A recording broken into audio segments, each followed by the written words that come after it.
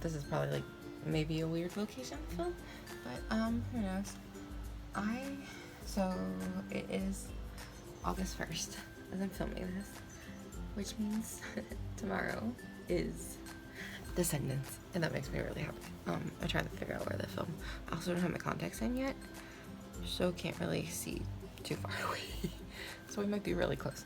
But I wanted to do a whole little like get partially ready with me and talk about Descendants. I'm like I think I'm gonna put my hair up, just because it's kind of puffy right now, and put my contacts in. I'm gonna brush my teeth, but like I can't talk about Descendants when it's, so that clip's probably just gonna get cut. But yeah, so let's get started. Oh, there's a little flower right there. How cute. This is the Epcot Flower and Garden Spirit jersey. It's like flowers on it.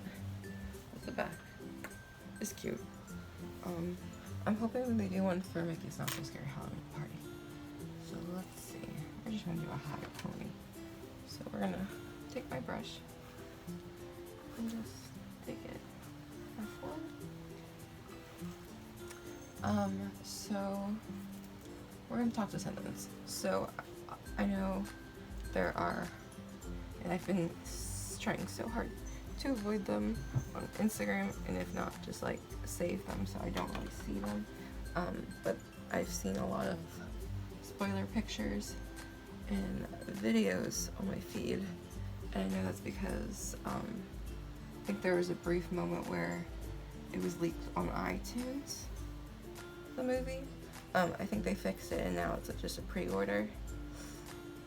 But basically Disney made the link go live before it did, and people were like screenshotting it and everything, which I feel like they shouldn't have done that. Like, you had, I think it came out like when it was like 2 weeks prior. It's like you had 2 weeks, just be quiet.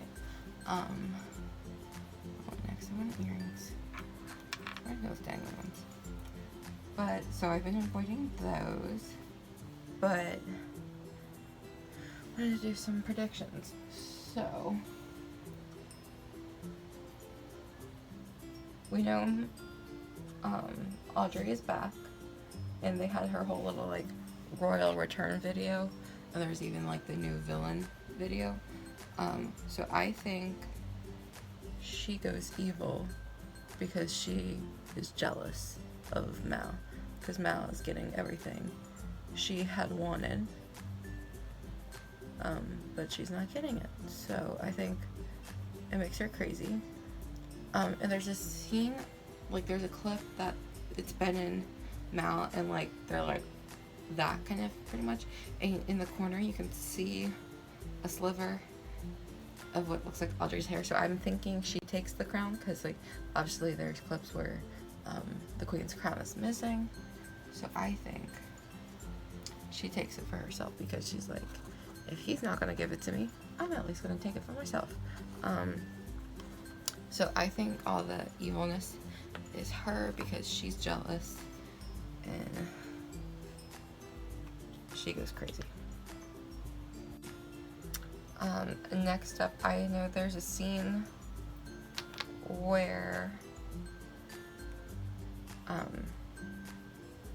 pretty much all of Mal's friends are stone except for her. I think she turns them to stone in order to protect them from whatever curse is happening, and that way she can do whatever she needs to fix it. And then there's points where, like, just going off of the trailers, we've heard a voice say, oh, I can see now. Oh, a voice, I think it's Mal, who says, like, I had no choice. I truly think this is something with the barrier. Either she has to put a barrier around Ordon so that, like, villains can't come in, or she's just gonna, like, destroy the barrier forever and be like, whatever. Because in honesty, I feel like most of the villains just need that second chance. And if not, they could probably do some barrier around the worst villains that they don't want to come over and just be like, everyone can come freely to and from Oridon, but like maybe there's like a goodness test, like how they had to take in the first movie that they got passed in order to come over to Oridon, so it's not like villains come over to create spells, or maybe, ooh, building on that, maybe instead of it being like the barrier's completely gone, like the barrier's gone, but only the kids can pass. Like, villains can't come across, but the villain kids can, maybe. Something like that. Because obviously the barrier divides them, but like, Ben and Mal are like the new thing, and I think Mal will probably want to reunite it. Let's see what else. I feel like maybe they'll decrease like the stigma around using the magic in Oridon, like how it was such a bad thing in the second one. Now they'll be like, whatever, use magic all you want. Within reason, obviously. Oh, and then trying to think, I feel like I had a list of things I was predicting, but I don't remember where I put that, so yeah.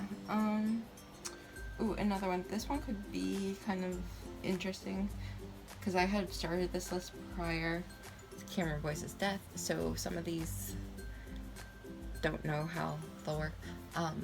But one of my, here, I'll hold you up. But one of my predictions for the third movie is that this isn't the end of Descendants. Now, hear me out on this one. So right now, villains are at a peak in Disney stuff. Like, there are so much villains merchandise within the parks, and plus here in Walt Disney World, I think tonight is literally the last night of it before Mickey's Not So Scary Halloween party starts. They had a whole villain after hours themed event, so it was revolving around the villains, and a lot of people were attending more than typical after hour events, so clearly villains are at the peak. And Descendants, obviously, they're the villain kids, or the Oridon kids, so like, it's at a peak. And I hear so many people say they love this movie franchise. Like, I personally grew up with High School Musical, but I love Descendants more than High School Musical. That's just facts. But I think they could continue Descendants in one of two ways. The books. Actually, it's more than two ways. They could continue with the books, because in the books, you're just going off of the character. You don't need the physical person to be there. Two, they could bring back the animated series like they did between the first and the second movie, because you can technically manipulate audio file clips, so they could take voice clips from the movies of his and fit it to his character, or they just find another voice actor, but it's still not a person.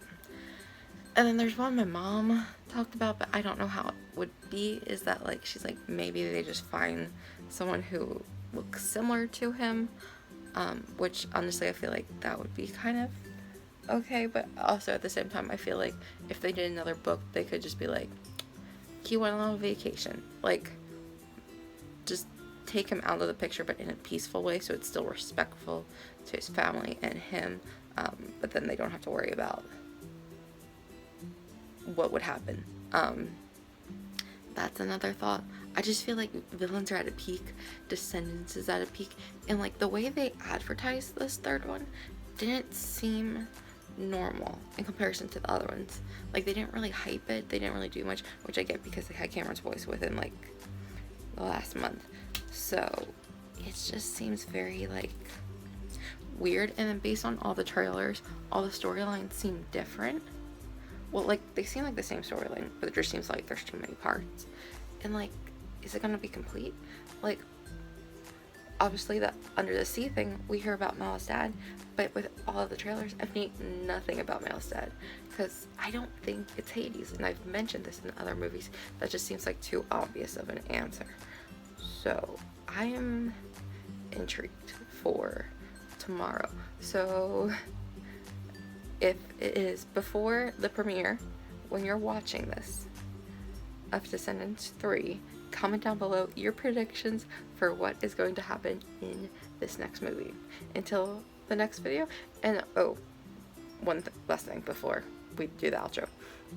I think I might do, when watching Descendants 3, during commercials, do an update of what are my current reactions on the things, and I'll like make this being like my full reaction to like Descendants 3 video, and then I'll have like a whole in the front be like disclaimer, if you have not seen it, don't watch this yet, because I'll be talking about it. But I just feel like I gotta do another reaction video. But until next time, bye.